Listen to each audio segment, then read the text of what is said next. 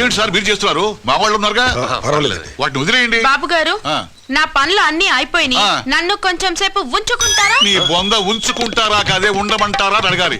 అవును, ఇంత అర్జెంట్ గా ఉండాల్సిన అవసరం వచ్చింది. మా అమ్మ పెద్ద మనిషి అయింది కదా, నేను పక్కనే ఉండాలి. నీకు ట్రాన్స్లేట్ చేయడానికి చచ్చిపోతున్నాను.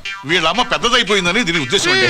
నువ్వు వెళ్ళమ్మా, ఉంటే ఇంకా ఏం అవసరం వస్తుందో. ఓ అదిగో దిగారు వేస్ట్ గ్యాంగ్. ఆగండ్రా, ఏంట్రా అంత కట్టుకట్టుకుని దిగారు? సీతో పని నుండి వచ్చాం. ఏం పని? అది సన్నగట్టు చెప్పడం కష్టం. పని ఉందని చెప్తున్నాం కదా. అదే ఏం పని అంటున్నా? హాయ్ చిచ్చా. ఏయ్, నేను ఇక్కడ మాట్లాడుతున్నాను కదా, వెళ్ళు, లోపలికి వెళ్ళు. ఎవరు దీనికేమైందిరా బాబు? నీకు వాడితో పనేంట్రా? పోరం పోకుల్లో తిరగటం, అమ్మాయిలు ఏడిపించటం, దమ్ము కొట్టడం, ఇవేగా మీ పనులు?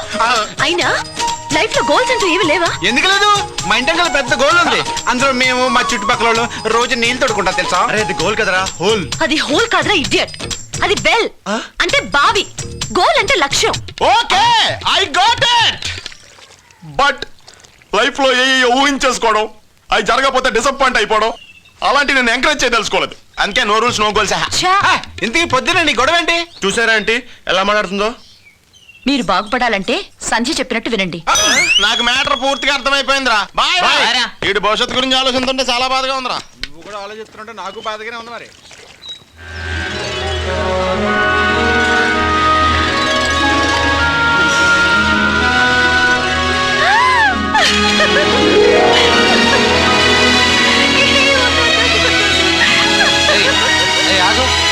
ఏంటి ఆటలుగా ఉందా?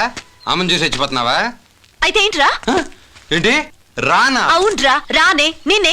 అయితే ఏంటి, ఏం చేస్తావు నువ్వు? ఏంటి మీదకి వస్తాను? వస్తాన్రా. అబ్బా, ఏయ్ అమ్మని పిలుస్తానే. కాల్. కాలా? అమ్మా